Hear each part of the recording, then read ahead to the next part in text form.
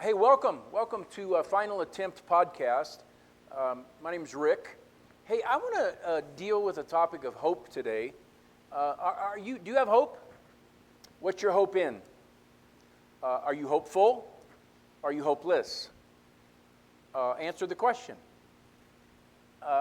And how do we answer that question? What makes us hopeful? What makes us hopeless? Probably what we see. If you are like I, and you're looking around the events that are going on in the world today, and if you focused primarily just on the events that are going on around us, you could slip into a hopelessness because it looks hopeless. It looks like we're losing, right? It doesn't look like there's a way out. There's a lot of people out there that don't care for you and I very much, and they are orchestrating things globally to fit an agenda, right? That's what it looks like. I talk to friends all over the world, literally, and that's what they tell me, that if they don't watch themselves, they can be hopeless. Have you ever been to a place of hopeless, so much so that it drug you down to a place of despair? And then when you were in despair, could you feel depression trying to grab hold of you? Did you know that the definition of depression is hopelessness? When people get to a place that they no longer are hopeful. So what does that mean? That we don't have the power to overcome? Or that our flesh isn't strong enough? Or that we base everything on our own intellect? And there's nothing outside of this life? Maybe that's you. What does your future look like? Is your future hopeful? You say, well, I worked 40 years, or I worked 30 years. I got a 401, I got investments, I got this, and I got that. Okay, is that your hope? Because I've heard it said that there's no U-Hauls behind the hearse, so if you got tons of money, you can enjoy it now, but you won't enjoy it after this life, right? So then really, you're going to give it to somebody else. You've earned to give it to somebody else. And I don't know about you, but in some regards that's good. If you have kids, not saying that. But if you don't, that could be a hopeless endeavor that you've done and spent your life for what? Well, what if our hope isn't in us? Not to say we can't do all we can do, but what if our hope is in God alone? And maybe you have a problem with God. But I want to focus on the reality of God in the sense that you are unique, that you're special, and that you have value to Him. And if you could grab hold of Him as He's grabbing hold of you, then hope would never let go of you. Because hope isn't just for this life and who you might meet and what you're doing and how you're going about it. Hope is an eternal proposition. See, being made in God's image, not evolving from an animal, but being made specifically, uniquely by God for His sake, that you might find Him and that you might enjoy Him, that's hope. Because it's outside of what we're able to do for ourselves. Now, John says in 3:16 that God loved us enough to provide a remedy for this life. And the remedy is found in Jesus Christ and the cross. Listen, the centrality of any message that comes out of the Bible should always be about the cross, because it's at the cross that we find hope. It's at the cross of Jesus Christ. That's the center point of my theology. I'm not a wickedly smart guy when it comes to theological prowess, okay? And I don't want to be. I want to focus on the cross. I want my theology to be predicated on what the cross did and why it stands throughout all eternity. So do you know why? Do you know it's not a piece of jewelry, that it's there on Calvary that hope was found? Why? Because Christ dies for the sinner. Christ dies and has came into the world to seek and to save the lost. And you say, well, I'm not lost. Well, what is your relationship to God Almighty? Do you know God Almighty? Do you know that He left you a huge love story?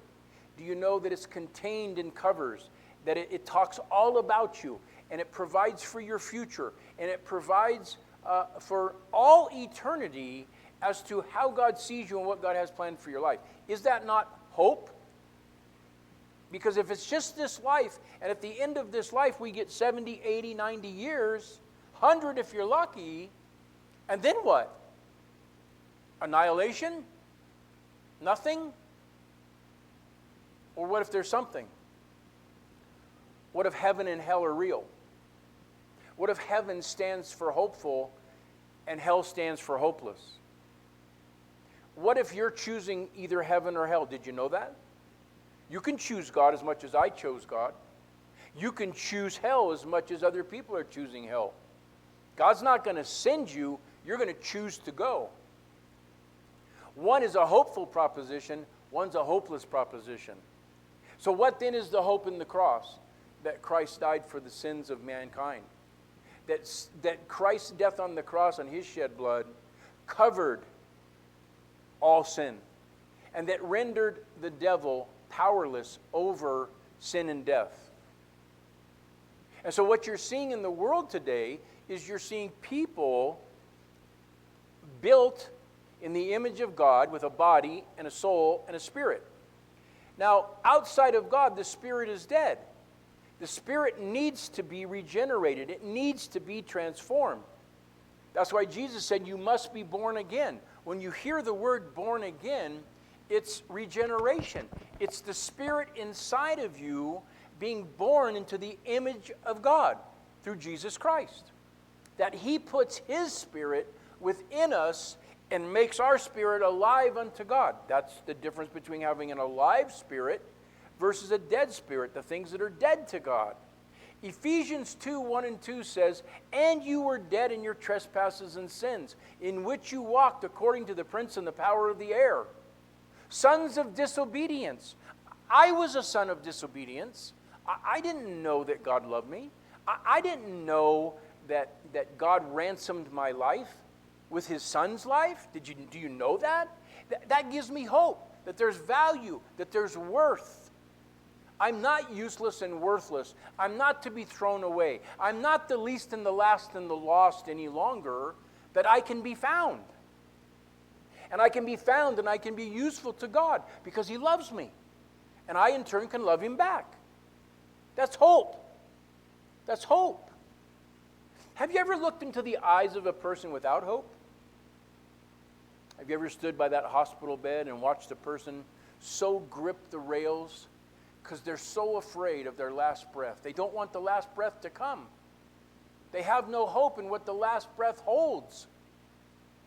See, the last breath here instantaneously is the first there. Now that there can be removed from God or in the presence of God. Hope, hopeless. Is your life hopeless? Are you living hopeless? Have you tried everything? Have you put everything in your life that you could manage? Have you tried sex? Have you tried alcohol, dope, materialism, great jobs, bad jobs, people, etc.? Have you filled your life with everything? Why is it that you still at times wake up empty? Because you see, it doesn't fill the soul with hope. Your soul needs to be filled with the presence of God. And the only way that happens is through the Spirit, right? So Galatians 5 speaks of the differences between the flesh and the Spirit. And the flesh has a lot to do with lust. You could almost say that lust is one of those things that impresses itself upon people. And so they lust after all kinds of things. Typically, we associate lust with sexuality. But lust can maneuver itself into an obsession with food to appease the emotions. It can be alcohol. It can be that 27 hot rods. It can be the TV. It can be anything that you lift up outside of God. And then what happens? We erect these idols in our heart. And then the idol now controls our life rather than the living God controlling our life. So, will you die with hope or will you die hopeless? You say, well, I don't want to die. Well, I don't want to die yet either. But there's a point in my life going to come where I'm going to want to. I'm old. I'm getting older. I'm literally dying in front of you, am I not? The outer body is fading away. My hope lies in what Christ did for me. For God so loved the world that he gave his only begotten Son, that whosoever would believe. Check it out. You're a whosoever. You're a whosoever will, or you're going to be a whosoever won't. There's only two ways. Either we will to be a whosoever that believes, then our heart is filled with God's presence and his Spirit. That's hope. That's hope for the future. That's hope for eternity. That's a unique call of God on my life. And the unique call of God is on everybody's life, but sad to say, not all respond to that call. What will you do today? Will you remain hopeless?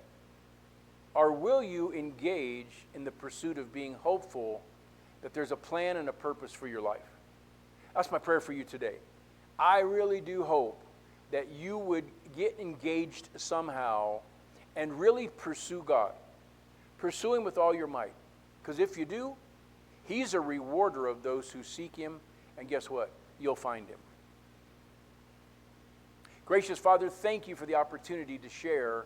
I pray, Lord, today that those that might listen would come to that place of desiring to be hopeful in their outlook of life rather than hopeless.